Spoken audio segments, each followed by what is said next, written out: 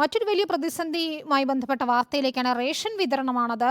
കരാറുകാരുടെ പ്രതിഷേധം തുടർന്നാൽ മുൻഗണനാ കാർഡുകൾക്ക് നൽകാനുള്ള റേഷൻ വിഹിതം 3 ദിവസത്തിനകം തീരുമെന്നാണ് വ്യാപാരികൾ പറയുന്നത്. അതായത് റേഷൻ വിതരണം വലിയ പ്രതിസന്ധിയിലേക്ക് നീങ്ങുന്നു എന്നാണ് മനസ്സിലാക്കേണ്ടത്. ഭൂരിഭാഗം കടകളിലും 2 മാസത്തേക്കുള്ള സാധനങ്ങളുണ്ടെന്നായിരുന്നു ഭക്ഷ്യമന്ത്രി ഇന്നലെ നിയമസഭയിൽ അറിയിച്ചത്. എന്നാൽ മുൻഗണനേതര വിഭാഗത്തിലെ അരി മുൻഗണനാ കാർഡുകൾക്ക് നൽകാനുള്ള സംവിധാനം ഒരുക്കണമെന്നാണ് വ്യാപാരികൾ പറയുന്നത്. മഞ്ഞ പിങ്ക് കാർഡാണ് അവർക്ക് കൊടുക്കാൻ അരി പല കടകളും തീർന്നുകൊണ്ടിരിക്കുകയാണ്. 1-2 ദിവസം കഴിഞ്ഞാൽ അത് തീരും.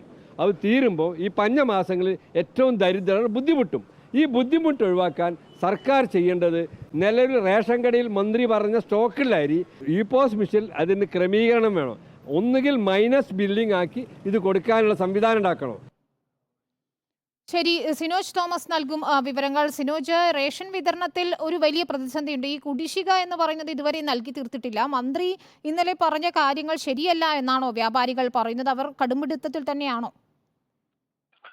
വിനീത, വ്യാപാരികൾക്ക് കടുംപിടുത്തം നടത്തേണ്ട ആവശ്യമില്ല. കടയിൽ അരി ഉണ്ടെങ്കിൽ അത് നൽകുമെന്നാണ് വ്യാപാരികൾ പറയുന്നത്. ഇന്നലെ മന്ത്രി നിയമസഭയിൽ പറഞ്ഞത് സംസ്ഥാനത്തെ 60-70% കടകളിൽ 2 മാസത്തേക്കുള്ള അരി ഉണ്ടെന്നാണ് പറഞ്ഞിരിക്കുന്നത്. പക്ഷേ അത് ഇ-പോസ് സംവിധാനമായതുകൊണ്ട് ഓരോ കാർഡുകൾക്ക് നൽകാനുള്ള അരി വിഹിതമാണ് ഉള്ളത്. ഏറ്റവും കൂടുതൽ സംസ്ഥാനത്ത് അരി വിതരണം ചെയ്യുന്നത് മഞ്ഞ, പിങ്ക് മുൻഗണനാ കാർഡുകൾക്കാണ്. ഈ കാർഡുകൾക്കുള്ള അരിയുടെ സ്റ്റോക്ക് കടകളിൽ 2-3 ദിവസത്തേക്ക് മാത്രമേ ഉള്ളൂ എന്ന് വ്യാപാരികൾ പറയുന്നു.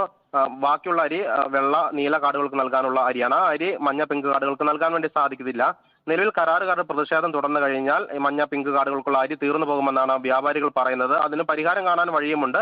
വെള്ളക്കാർഡിനും നീലക്കാർഡിനുമായി ഇറക്കിയിരിക്കുന്ന അരി അവർക്ക് കൊടുക്കാൻ വേണ്ടിയുള്ള സാങ്കേതികമായുള്ള സംവിധാനം ഒരുക്കി മാത്രം മതിയെന്നാണ് വ്യാപാരികൾ പറയുന്നത്. ഏതായാലും 100 കോടി രൂപയിലധികം കുടിശ്ശികയാണ് കരാറുകാർക്ക് സപ്ലൈകോ നൽകാനുള്ളത്. സംസ്ഥാനത്ത് 77 താലൂക്കുകളിലായി 55 കരാറുകാരാണുള്ളത്. ഈ കരാറുകാർക്ക് കഴിഞ്ഞ 3 മാസമായി കുടിശ്ശിക വരുത്തിയിരിക്കുകയാണ്. ഈ കുടിശ്ശിക നൽകാനുള്ള ശ്രമം സർക്കാർ തുടങ്ങിയെന്ന് മന്ത്രി തന്നെ അറിയിച്ചിരുന്നു. സപ്ലൈകോയ്ക്ക് സർക്കാർ 57 കോടി രൂപ കുടിശ്ശികയുള്ള 57 കോടി രൂപ നൽകിയിരുന്നു. ഇതിൽ നിന്ന് 2 മാസത്തെങ്കിലും കുടിശ്ശിക നൽകാനുള്ള ശ്രമമാണ് സർക്കാർ നടത്തിക്കൊണ്ടിരിക്കുന്നത്. ഏതായാലും സംസ്ഥാനത്ത് ഗോഡൌണിൽ നിന്ന് അരി റേഷൻ കടയിലേക്ക് എത്തിക്കുന്ന വാതിൽപ്പടി സേവനം തൽക്കാലത്തേക്ക് കരാറുകാർ ഈ പണം ലഭിക്കാത്തതുകൊണ്ട് നിർത്തിവെച്ചിരിക്കുന്നത്. അതുകൊണ്ടാണ് റേഷൻ കടയിൽ അരിയും സാധനങ്ങളും ഇല്ലാതെ പോകുന്നത്. പക്ഷേ അടുത്ത ദിവസം തന്നെ ഈ കുടിശ്ശികയുടെ ഒരു വിഹിതം നൽകി അരി കടയിലെത്തിക്കാനുള്ള ശ്രമമാണ് സർക്കാർ നടത്തുന്നത്. വിനീത.